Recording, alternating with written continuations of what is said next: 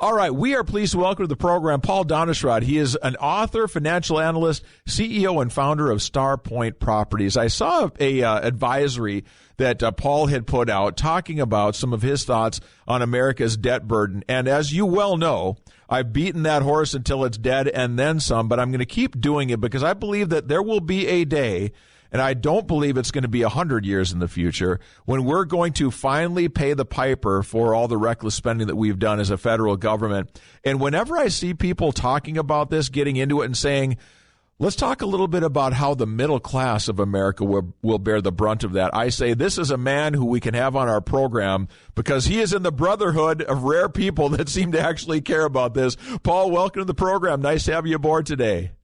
Thanks, Steve. I appreciate it. Lovely to join you. Absolutely. I'm just going to let you go, my man. So $34 trillion in debt. I mean, the statistics just are mind-boggling. We add $1 million of interest now about every 21 seconds. The number is going berserk, and nobody seems to know how to stop it. And nobody really seems to even be able to explain what the damage is going to be or how we will really realize it's become the problem that it is. So I just am going to let you kind of take the pulpit here and go for a little bit. What do we need to know about this debt crisis we've got going on? It's now reached a level where it's structural, and I don't believe we're going to solve it, which is my thesis in the book. And there's some really smart people now recently in the last couple of weeks. My book came out. I started writing it about 3 years ago. It came out about 6 months ago. Oh, tell us about the name of the book, by the way. I didn't ask you that. And let's let people know. What is the book called? Money and Morons. Money and Morons. Okay. So I like it already. Sounds good. So look for that one at your bookstore or online. Money and Morons by Paul Daneshrad. All right. So you talked about it in the book. What do we need to know about this? We've reached, we're at 130% debt to GDP. We've reached that threshold mark of above 100% debt to GDP, which, the real thinkers on this issue say is the real test, and we've passed it. And we're not going to solve the problem. And, this is the morons part of the book, which is, only morons see a problem that's, they know is going to be an issue and is going to be damaging and destructive, and we don't solve it. Yeah. And we're not solving it, and we're not going to. So the book talks about what you need to do to protect yourself and your family, and it's going to lead to crisis. There's no question. The data, the science, the history on this is very clear. It's going to lead to crisis. So are you going to be part of the morons and you don't protect yourself and you just, you put your head in the sand and say, oh, it's not going to be a problem. I'm not going to worry about it. It's in the future. But that's moronic thinking.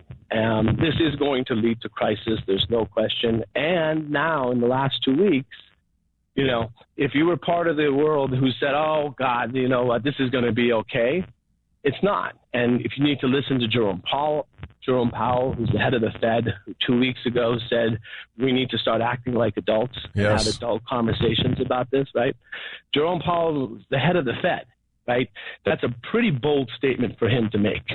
He's going to get a lot of criticism over it. So it wasn't an easy statement for him to say. Yeah. Right. Head of J.P. Morgan, Jamie Dimon, who I think is one of the best financial thinkers and managers we have in the world. He runs the largest bank. He came out and said, listen, we're going to have a debt crisis if we don't solve this debt problem, right? That's not a popular thing for Jamie Dimon to say as a banker. And he's in the business of debt. Right? Yeah, he would know. Yeah, absolutely. So why do you think it's the middle class that you say is going to bear the brunt of the impact? Why the middle class? They have no savings, don't have dual incomes, they don't have passive incomes, they don't have enough investment, they're living paycheck to paycheck. They need to start investing. They need to listen to Warren Buffett and Albert Einstein and, the power of compounding and how that'll lead to savings and investments and passive income. When this crisis comes, if you don't have passive income, a secondary source of income, enough savings and investments, it's going to be really painful. So what can we do? You say that we better take steps now because we've gotten sort of past the point of return. So what should the average American be doing right now to prepare for this? Start saving. Get a second job if you need to. Right? Get out of the disease of, American consumerism, right? Consumerism is a disease. We'll spend $500 on a Prada purse before we put $500 into savings. That's nuts. We got to stop. All of these retailers, the reason why we spend, close to $100 billion on advertising, the average American sees about 4,000 ads a week. They want us to buy. They want us to spend every last penny we have until we're broke. And they're doing a great job at it. America has a disease of consumerism. We've got to get out of it, take all that money and put it into savings and put it into investments and to protect ourselves, generate passive income and secondary sources of income. So, we gotta work harder and save and invest.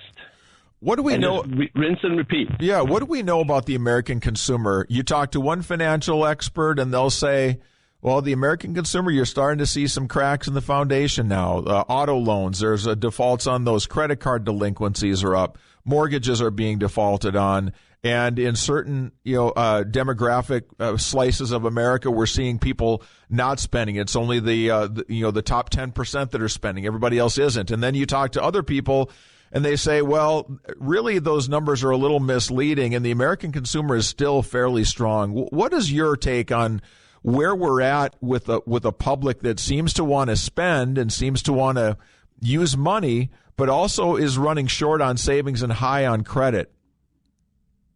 Yeah, right. Credit card debt is now back at all-time highs. So, and savings are back down to all-time lows. The IRS just reported that 50% of America, has 50% of America doesn't have $2,000 in savings for a medical emergency, and they're part of the consumer, right? Yeah. The reason they have no savings, that 50%, is they spend everything. And I know it's tight. A lot of people are on sort of, living paycheck to paycheck. So this is not to be insensitive. I get it. I was there, right? We've all been there. I came from nothing. I was broke. I was a waiter at California Pizza Kitchen. That's how I put myself to school. But the American dream is still alive and well. I'm a great example of it. Right? Yeah. I went from absolutely broke, couldn't even make, my rent payment, but I ended up getting a third job at that time, which ended up leading to my real estate career, which I'm in now. And I'm super wealthy because of the American dream, but also because I worked hard, I saved, and I invested. And I let the eighth wonder of the world, as Einstein liked to call it, compound interest. Interest. Yep. Yeah. Work for me, and it did over 30 years. But I'm worried about us as a nation and us as, average person. This debt is going to be crushing. Do you think that people should be investing some of their assets now? Typically we think of maybe real estate or gold as sort of safe harbors when the stock market is being propped up by 7 stocks or whatever kind of theory you want to look at with that. But when things start to get a little dicey like this, a lot of people have gone to real estate and gold before.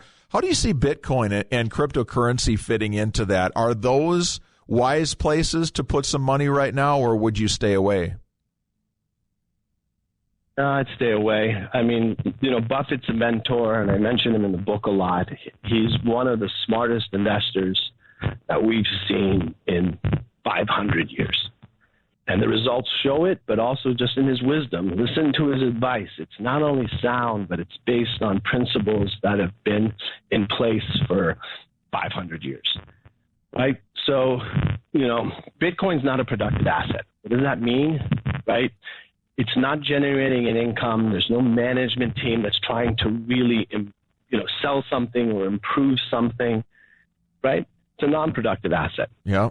And I think Bitcoin has a place for certain people as a hedge, but not for the average person. They need their money to work harder for them, right? So productive assets, real estate, great productive asset. I'm a big believer in that. Invest in yourself, right? So if you own a home, put an ADU in the backyard, right? Additional dwelling unit, and then rent it, right? Now you've got your own house and income coming right from your own property that you didn't have before. That's a productive asset. Is that what you're talking about when you say passive income? You're talking about some of those kinds of things. I'm intrigued by that because I think a lot of people say, I've got a job and that does okay for me for right now. But what other kind of passive income sources do you think might be available? Things that we could try to make a few extra bucks doing?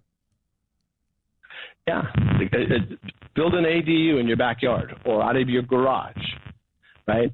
If you're renting right now, which is fine, it's probably even smarter than buying a home. A home is not a productive asset, right? There are more productive assets than a home, right? To stay along that line, why do I say that?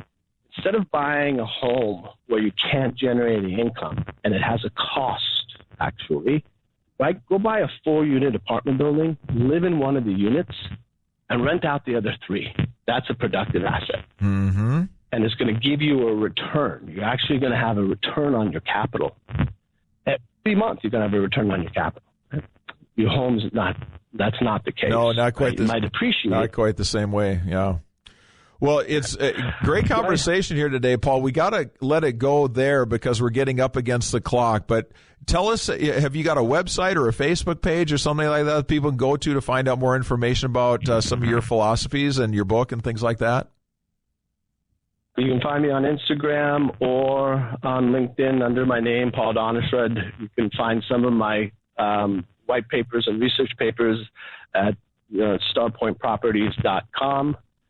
And then there's plenty of ways to contact me through the book, too, Money and Morons. Okay. That sounds good. Paul, I love the name of the book. I'll have to pick it up and check it out. Thank you very much. It's been nice meeting you. Thanks for spending some time with us today. Thanks for having me. I appreciate it. Take care, Paul. That's Paul Daneshrad, CEO and founder of StarPoint Properties, starpointproperties.com, the website for the business. You can find him, as he said, on Instagram and LinkedIn as well. Interesting stuff.